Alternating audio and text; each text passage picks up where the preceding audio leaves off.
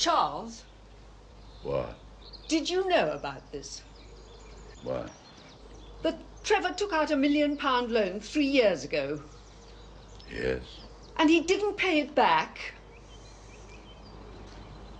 No, he did not. Well, that settles it. We shall have to sell.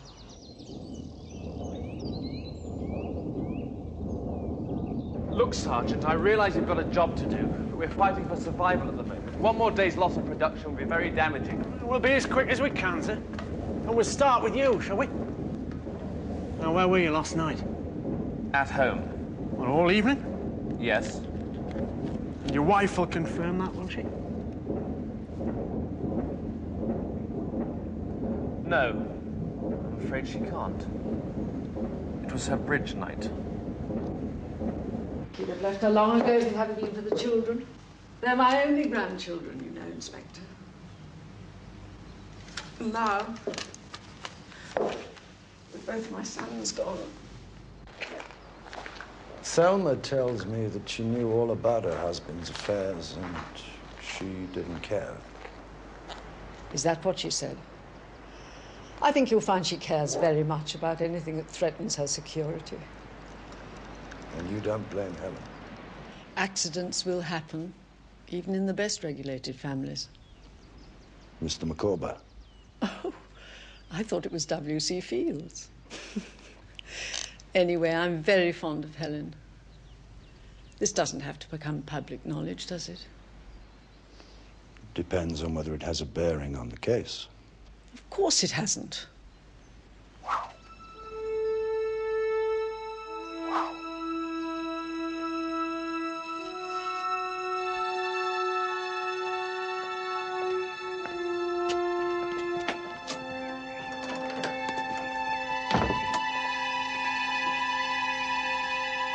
Mrs. Priest? Yes, what do you want? Police.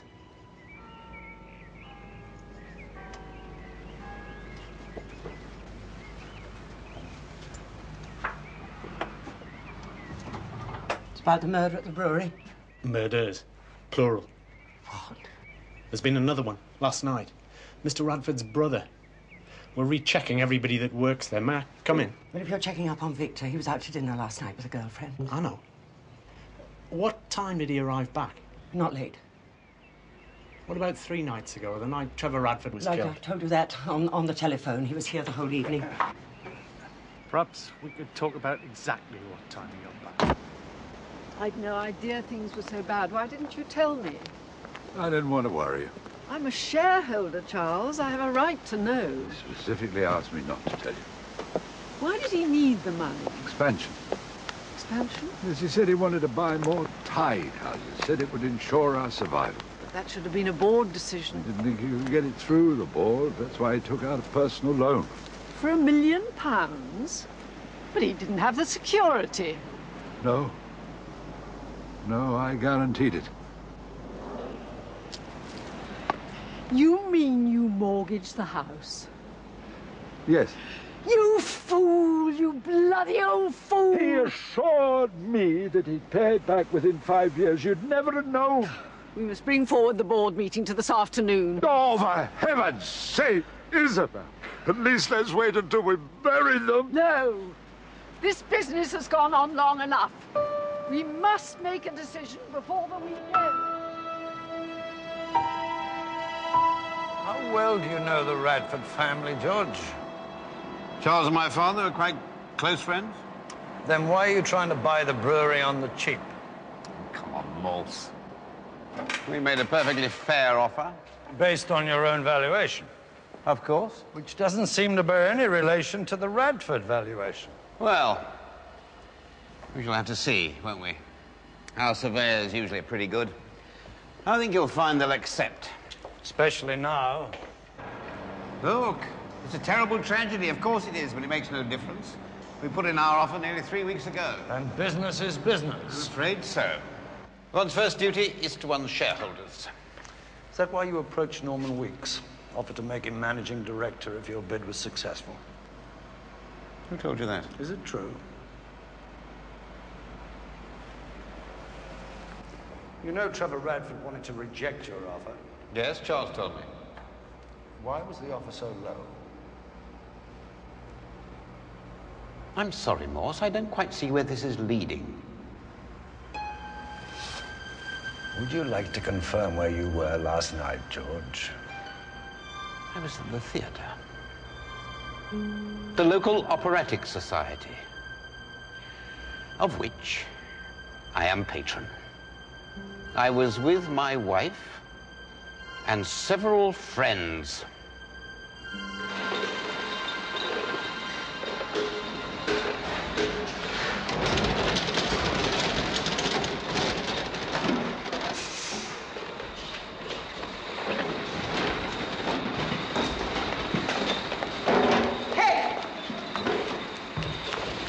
You're Gail?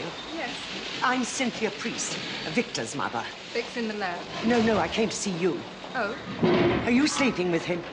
Well, that's none of your business. I'm sorry. I have to know. Why? You invited him home last night, didn't you? After your dinner. Look, why don't you ask Vic? I did. He wouldn't tell me. Well, I'm not going to tell you either. You stupid little tart! Why can't you leave him alone?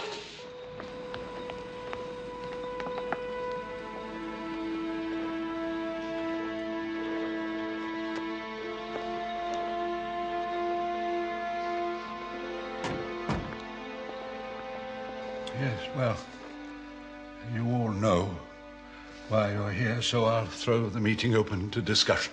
There's no time for discussion, Charles. We're in no position to refuse Farmer's offer. It's the only one we're likely to get. But it's a quarter of what the company's worth, Isabel. We can't let it go at this price. We've no choice, dear. Of course we have a choice. If Farmers won't increase their offer, we should reject it. I know that's what Trevor would have done. I'd leave Trevor out of this if I were you, in view of his record. At least he accepted his responsibilities. Pity he didn't refuse them. Please, it's too late for recriminations. Well, I know how Stephen would have voted anyway. That's why I'm pledging his shares for acceptance. Are you sure he left them to you? Oh, yes. I spoke to the solicitor. Well, it's an ill wind, I suppose. I checked too. It seems I'm the sole beneficiary of Trevor's will, so the least I can do is follow his wishes. I vote for rejection. Norman? I'm on this board as a representative of the workforce, so I must vote for a future which guarantees continuity of employment. And that future, in my opinion, lies with farmers. So I'm for acceptance. Well, Charles and I also vote to accept. And together with Thelma's shares... Just a moment, please. Just a moment.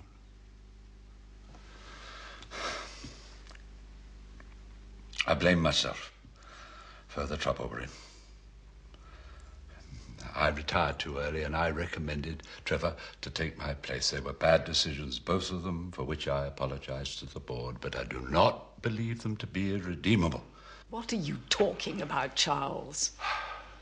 I've been searching my conscience these last terrible days. And I can't agree to this sale. Not after a century and a half of continuous family control. My ancestors had turned in their graves and I could never sleep peacefully in mine.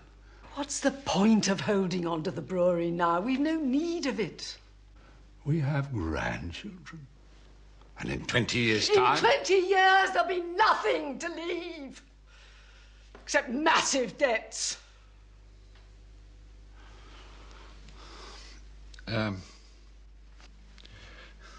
Norman,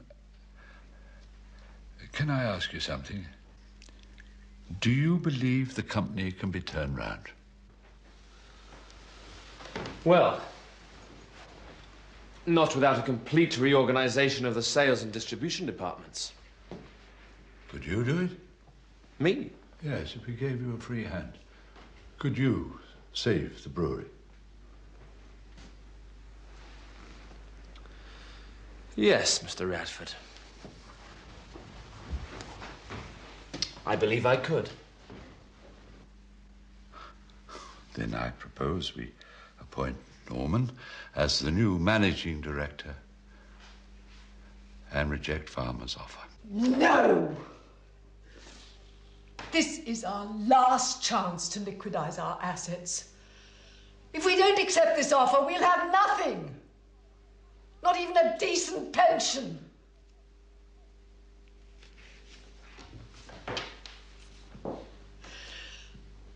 I've lost 2 sons. And I'm damned if I'm going to spend an impoverished old age just because your bloody ancestors might turn in their graves. It's the living you should care about, Charles. Especially me.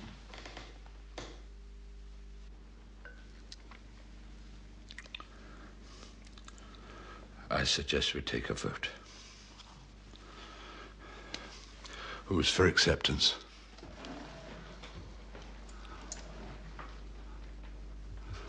$420,000 shares. And for rejection?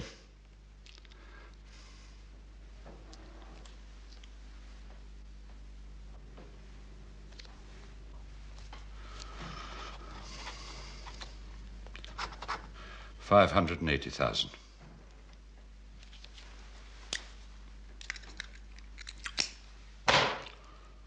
So, we carry on.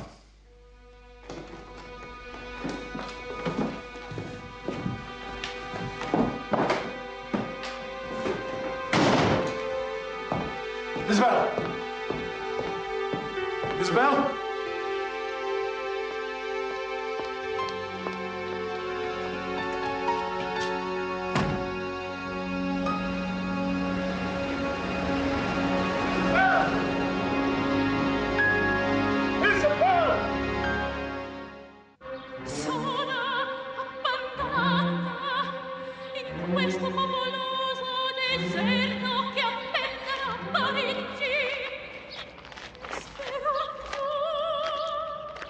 Morning, sir. Morning, Lewis. Don't they have telephones in your neighborhood? I did ring, sir. Several times. Can't hear the damn thing out here anyway. It's been another murder. I hope it's that landlord from the Cock and Bullfinch. Teach him to keep his beer properly. Brewery? No, sir. Not our problem, then. I'm afraid it is, sir. Oh, that's official, is it? Yeah. Chief Super thinks there could be a connection with the brewery murders, so he's giving us first crack at it. That's very generous of him. Put that wheel on, will you, Lewis? I'm just going to wash my hands.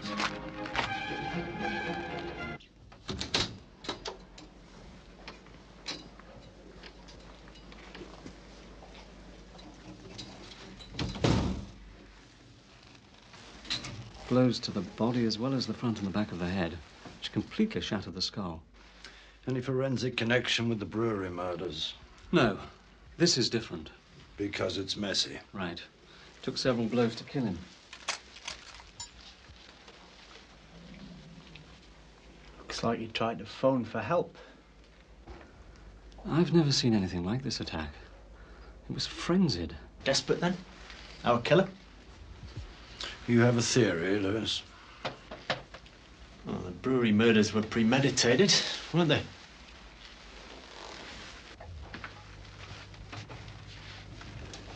Single blows. Victims taken by surprise each time. Whereas this... Well, look.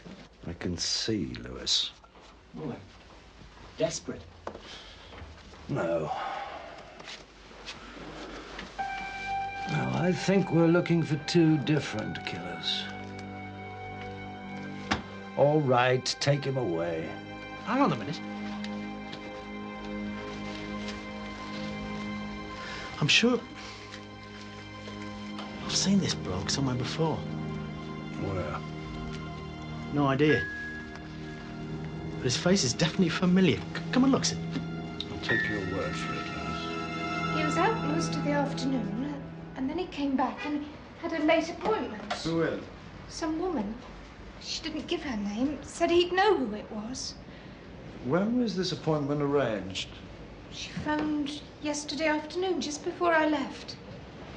What exactly did she say? She said she wanted to see Mr. Nelson. No. What exactly did she say? Exactly. Well, let me think. She said something like, would you ask Mr. Nelson to remain at the office? I shall be arriving just after 6. May I see that, please? Just a few cancelled appointments yesterday afternoon. 2 appointments the day before that.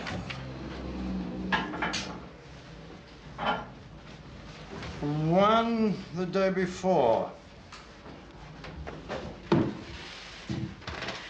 Do you have a client named Knox? Knox? Never heard of him. Or her? Or her. Thank you. Lewis, go over to the county records office. See if you can find out what Nelson was interested in. Thank you. You've been very helpful. And the main news headlines at 10 o'clock. Alfred Nelson, a 45-year-old solicitor, was found battered to death in his St. Aldgate's office this morning.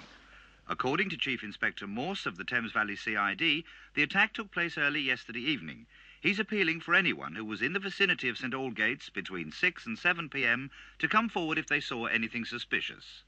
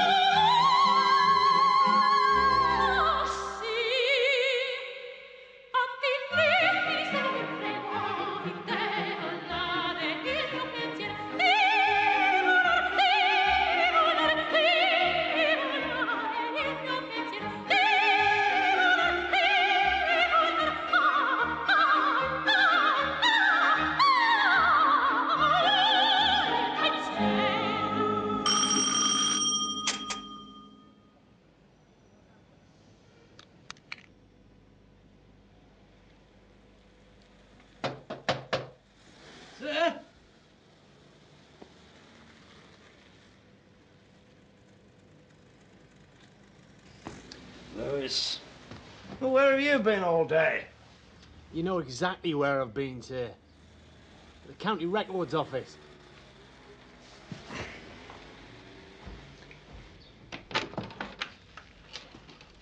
Well, what took so long? Long? You should have seen the papers. They've got half the Amazon rainforest in there. Papers? At the county records office? That's amazing. And none of them were catalogued. If I hadn't got lucky, I'd have been there all week. Have a beer, Lewis. So you did get lucky? Ebenezer Knox, born 1813 in Woodstock, educated at Winchester and Balliol. Became the youngest justice of the peace in the county. Then in 1841, he and another man bought a piece of land. You never guess what the other man's name was. Radford. Right. 3 murders in a week, Lewis. The chief super was right. There could be a connection. But the pathologist thought there was no connection with Nelson's murder. You're not listening, Lewis. Even if we're looking for two killers, they could still be connected. Well, you're right, sir. Knox's partner's name was Timothy Radford. Radford and Knox started the brewery. Is there any evidence Radford bought Knox out? No. No.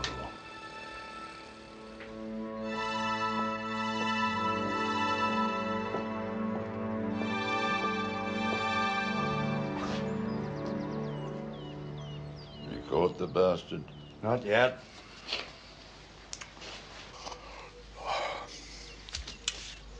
Have you talked to my wife? No. It's you I came to see.